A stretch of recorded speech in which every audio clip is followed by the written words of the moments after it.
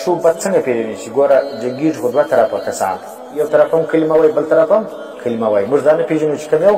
د الله دپاره جنګیږي او کوم یو هغه د شیطان دپاره جنګیږي کوم یو پر صحیح دي کوم یو پر غلط دی اوس درښیي الذین آمنوا هغه کسان چې مؤمنان دي یقاتلون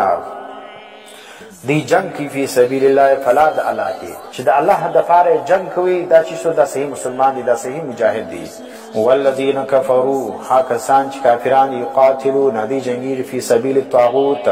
د شیطان په لاره کې طاغوت څه مراد څوک دی د شیطان مراد موږ ویلو طاغوت ډېر معناوې دي طاغوت سرکشي ته وایي نو تر ګور د غټ سرکش څوک دی شیطان دی او بل څوک دی طاغوت څخه کل ما عبد من دون الله هر هغه څوک چې د هغه عبادت وشي د الله ما سوا او هغه سړی په دې خپل عبادت باندې خوشحاله وي نو دا طاغوت دی ګوره چې څوک چاته سجده کوي او هغه سجده چې چاته کېږي هغه سړی چې شي په دغه سجده باندې خوشحاله وي په د عبادت باندې خوشحاله هم وي بس دغه چیز د طاغوت دی یو ګوره د اولیاو عبادت کېږي د انبیاو دا کېږي د اولیاو د انبیاو عبادت کېږي خو لیکن انبیا او اولیا په خپل عبادت باندې خوشحاله نه دي ځکه هغه طاغوت نه ویل کېږي طاغوت هغه چاته وایي هغه بادشاهان هغه ملکان هغه سرداران چې هغه خلک مجبوره کوي پر چیز باندې پر دې شي باندې چې تاسو ماته سجدې ولګوي او د خیر و شر تمه ما سره وساتئ امیري او غریبي چا په لاس دی زما په لاس کې ده نو دا رقم کسان چې کم دي چې دلته سجده لګېږي یا د عبادت کېږي او دی په دې عبادت باندې خوشحاله وي نو دا سړی چې دا طاغوت دی د دې به سر پرې کېږي دا دویم تعریف چې کوم دی دا طاغوت دا څه دی هر هغه څوک چې د هغه عبادت وشي د الله ما سوا او دی په دې عبادت باندې خوشحاله وي دریم تعریف چې کوم ته ویل موږ مخته وایو د طاغوت څخه مراد کاهن دی کاهن چې ته وایي چې د پټ خبرې معلوموي عالم الغیب چې د خلکو شوبد معلوموي نو دا چې دا طاغوت دی او نور چې کوم دی هغه مفسرین ساحر هم پکې داخل کړي دي نو کافران چیرې جنګ کوي قاتلون فی سبیل الطاغوت دی جنګ کوي د شیطان په لاره کې نو اوس که چا جنګ کوي د الله دپاره چې د الله نظام قایم سي او قرآن نافظ سي او حدود نافظ سي او پر دې مځکه باندې د الله حکم چې کوم دی هغه نافظ سي دې دپاره سر پرې کوي او د خلکو سره جنګ کوي بس دا چې دا مجاهد دی او که دې دپاره کوي چې د جمهوریت دپاره لګیا سر پرې کوي یا د وطن دپاره چې کوم دی دا زما وطن دی پر دې باندې زه جنګېږم نور که په دې کې اسلام شته که نشته دې دپاره جنګېږي یو خدای وطن دی چې ګوره د اسلامي حکومت قایم وي بیا جنګېږي دا پروا نه لري هغه د وطن دپاره نه دی هغه د چي دپاره نه د الله دپاره جنګېږي چې زموږ په دې مځکه باندې د الله نظام نافظ دی او اوس یې خلک ختموي نو دی څه کوي د هغه دفاع کوي هغه مجاهد دی یو دا دی دلته اسلام شته که نشته خو بس دا زما وطن دی زه په دې سر وکړم په دې باندې به څوک دغه نه کوي نه به د خلاف څوک خبره کوي او نه به دلته څوک راځي وطنیت چې کوم دی د وطنیت دا یو بت دی په اسلام کې چې کوم دا نشته چې دا پاکستان دی د افغانستان دی د ایران دی د امریکا دی د چین دی د سعودي دی د فلانې دی دا ګرد بوتان دي دا موږ ټاکلي دي دا سعودي دي دا پاکستان دی دا افغانستان دی دا ایران څوک دا ملکونه په اسلام کې نشته اگر د مځکه دا باډران چې اسلام راشي دا باډرانو دا زنځیرانو دا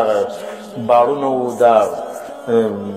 دغه چې کومو دروازې ټاکلي دي په مابینو کې دا به ګرځي د مابین څخه نه د بیا د پاکستان دروازه پاتېږي نه د امریکې ده پاتېږي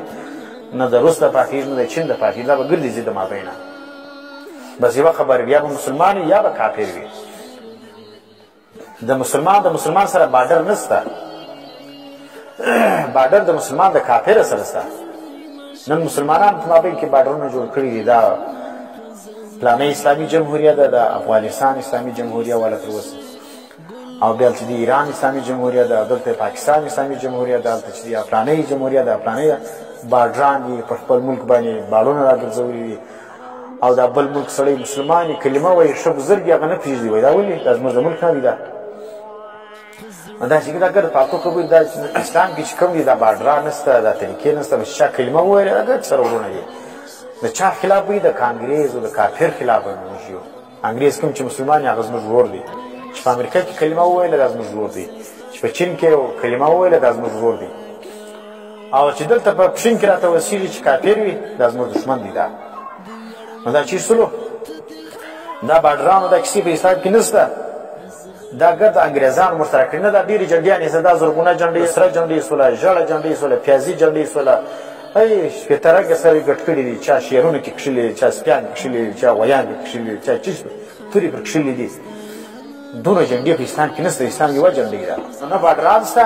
نه دونه جنډیانې شته نه دونه ملکونه په اسلام کې ګنجایش لري نه دونه پاچیانې په اسلام کې شته دا دونه پاچیانې کوي دا د پیپلز د سوله دا د مسلمانانو سوله دا د پلاني پارټي سوله دا پلاني پارټي سوله دا پلاني سوله نور ډېر پاچیانې دا په اسلام کې دا دونه پاچیانې کم دي دا خو دې دپاره انګرېز موږ ته راکړی چې موږ سره تقسیم تقسیم تقسیم تقسیم تقسیم ټوکړې ټوکړې ټوکړې ټوکړې ټوکړې کړو او اوس حکومت را باندې کوي نو نه د مسلم لیګ ضرورت شته دلته نه د پیپلز پارټي ضرورت شته نه بلې پارټي ضرورت شته په اسلام کې دي یوه پارټي نشته نو دا د جمهوریت برکتونه دي چې دلته موږ ته دا پاچیانې 80,000 پاچیانې شولې او 80,000 چې کوم دي هغه د اسلام په نامه باندې شولې 80,000 د قوم په نامه باندې 80,000 د ملک په نامه باندې 80,000 جنډیانې شولې نو سره ولاړو سره ګډه وایه نو فقاتلو اولیاء الشیطان دا ګور حکم دی فرض دی چې د شیطان د ملګري سره به ته جنګ کوې انصار دینه مددګار به څوک الله یې تاسو پر دې باندې غالبه کېږي چې جنګ وکړي نو چې پر ځای کښېنې او خالي په دعا باندې خلاصې کار نو موږ پر دعا باندې کیسه خلاصه کړې ده بس مولوي صاحب دعا وکړه مولوي صاحب هم غر کې کښېنوسه الله امریکا هم غر کې کې روس هم غر کې چین هم غر کې پلانې هم غر کې بازار کم اسانه غر کېدلی خو ګرد به غر کسي وایي په پوهېږې نو دعا یې هم ښې دي خو لیکن خالي په دعا باندې کار کول پر دعا باندې اعتماد کول چې بس خالي په دعا باندې کار کېږي نو نبي اسلام بیا دعاوې کړي وای نبي اسلام مستجاب دعوات ته مولو چې و دعا یې کافرانو کړې و ګرد به کسي لیکن نبي اسلام څه کړي دي هغه جنګونه کړي دي نو دعا به هم کوې جنګ به هم کوې خالي په دعا باندې به کار نه برابره